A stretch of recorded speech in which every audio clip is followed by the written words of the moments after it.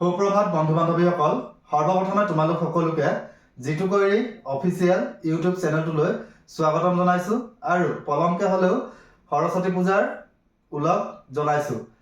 আশা কৰোঁ তোমালোকে ভালদৰে পূজা পাতল কৰিলা আৰু মনে বিচৰা মতে তোমালোকে এটা ভাল ৰিজাল্ট পোৱা বা সৰস্বতী দেৱীয়েও তোমালোকৰ মনৰ কামনা পূৰণ কৰক বুলি আশা কৰিছোঁ। আৰু আজি আমি আমাৰ ক্লাছটো আৰম্ভ কৰিব লৈছোঁ। তো আজি আমি আলোচনা কৰিম ভইচ চেঞ্জৰ বিষয়ে। আৰু ইয়াৰ আগৰ ক্লাছটোত আমি আলোচনা কৰিছিলোঁ পাষ্ট ইনডিফিনিট টেন্সত থাকিলে আমি ভইচ চেঞ্জ কেনেকৈ কৰিব লাগে। তো আজিৰ ক্লাছটোত আমি আলোচনা কৰিম পাষ্ট কণ্টিনিউৱাছ টেন্সত বাক্য এটা থাকিলে আমি কেনেদৰে পেছিভ ভইচলৈ পৰিৱৰ্তন কৰিব পাৰোঁ। তো প্ৰথমতে আমি এক্টিভ ভইচৰ সূত্ৰটো চাই লৈছোঁ। এক্টিভ ভইচৰ সূত্ৰটো হ'ব subject plus was were plus verb আৰু ভাৰ্বত থাকিব আইএনজি প্লাছ অবজেক্ট। যদি সূত্ৰটো এইমতে থাকে ছাবজেক্ট ৱাজ ৱেৰ ভাৰ্বত আইএনজি প্লাছ অবজেক্ট, তেন্তে আমি গম পাম যে সেই বাক্যটো পাষ্ট কণ্টিনিউৱাছ টেন্সত আছে। ঠিক তেনেকৈ পেছিভ ভইচৰ সূত্ৰটো হৈছে subject was were plus being plus ভাৰ্বৰ third form plus by plus object. যিহেতু আমি আগৰ ক্লাছত আলোচনা কৰিছিলোঁ যে যেতিয়া কণ্টিনিউৱাছত থাকে তেতিয়া আমি জাষ্ট বিং শব্দটো এড কৰিব লাগে। আৰু আমি প্ৰথম যিটো ক্লাছত পাইছিলোঁ যে ভইচ চেঞ্জৰ প্ৰধান নিয়ম আমি তিনিটা পাইছিলোঁ, যে ছাবজেক্টটো অবজেক্ট হ'ব, অবজেক্টটো ছাবজেক্ট হ'ব। ঠিক তেনেকৈ ভাৰ্বৰ পাষ্ট পাৰ্টিচিপল বহিব বা থাৰ্ড ফৰ্ম বহিব, আৰু লগতে আমি পাইছিলোঁ যে বাই প্ৰিপজিশ্যন ব্যৱহাৰ কৰিব লাগে। তো ইয়াতো সেই একে নিয়ম প্ৰযোজ্য হ'ব। তো আমি এতিয়া উদাহৰণ দুটা আমি চালে ভালদৰে বুজি পাম। প্ৰথম উদাহৰণটো হৈছে an expert was training the dog. তো ইয়াত কৈছে যে N expert was training the dog.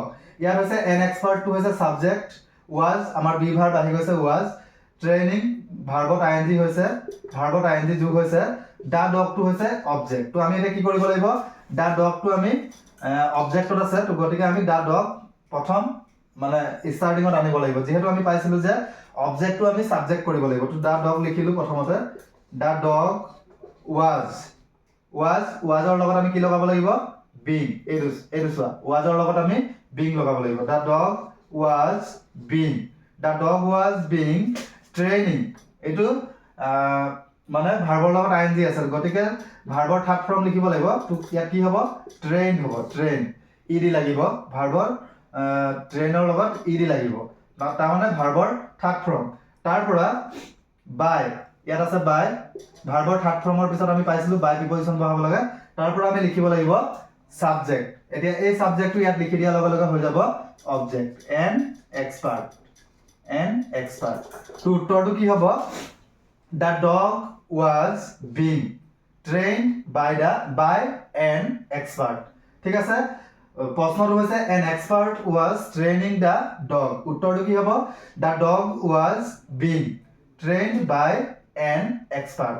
এইটো চোৱা, ইয়াত এন এক্সপাৰ্টটো আছিলে ছাবজেক্ট, ইয়াত আমি কি কৰি দিলোঁ, অবজেক্টত লৈ গ'লোঁ।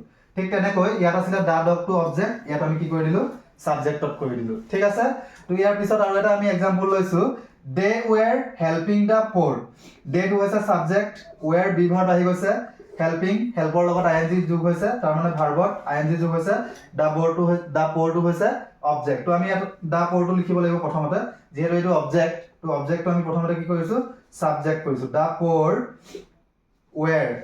প'ৰ গোটেই দুখীয়া মানুহৰ কথা কৈছে, গতিকে ৱেৰ লাগিব। দ্য প'ৰ ৱেৰ বিংটো বহাব লাগিব। ইয়াত চোৱা বিং আছে, ৱেৰৰ পিছত আমি বিং বহাব লাগিব, ৱেৰৰ পিছত আমি বিং ব্যৱহাৰ কৰিব লাগিব। তাৰপিছত আমি ভাৰ্বৰ থাৰ্ড ফৰ্ম ব্যৱহাৰ কৰিম, হেল্প, HELPED, হেল্প বাই, ইয়াত ডে আছে ছাবজেক্ট, তো ইয়াত ইফালে আমি অবজেক্ট কৰোঁতে ডেম হৈ যাব, ডেটো কি হ'ব, ডেম হৈ যাব। তো আশা কৰিছোঁ তোমালোকে ক্লাছটো বুজি পাইছা। They were helping the poor were being helped by them. ঠিক আছে, তো আশা কৰিছোঁ তোমালোকে ক্লাছটো বুজি পাইছা আৰু যদি বুজি পাইছা কমেণ্টত জনাবা আৰু যদি চেনেলটোৰ পৰা অকণমান হ'লেও উপকৃত হৈছা তেন্তে চেনেলটো ছাবস্ক্ৰাইব কৰিবলৈ নাপাহৰিবা ঠিক আছে আজিৰ ক্লাছটো ইমানতে সামৰণি মাৰিছোঁ ধন্যবাদ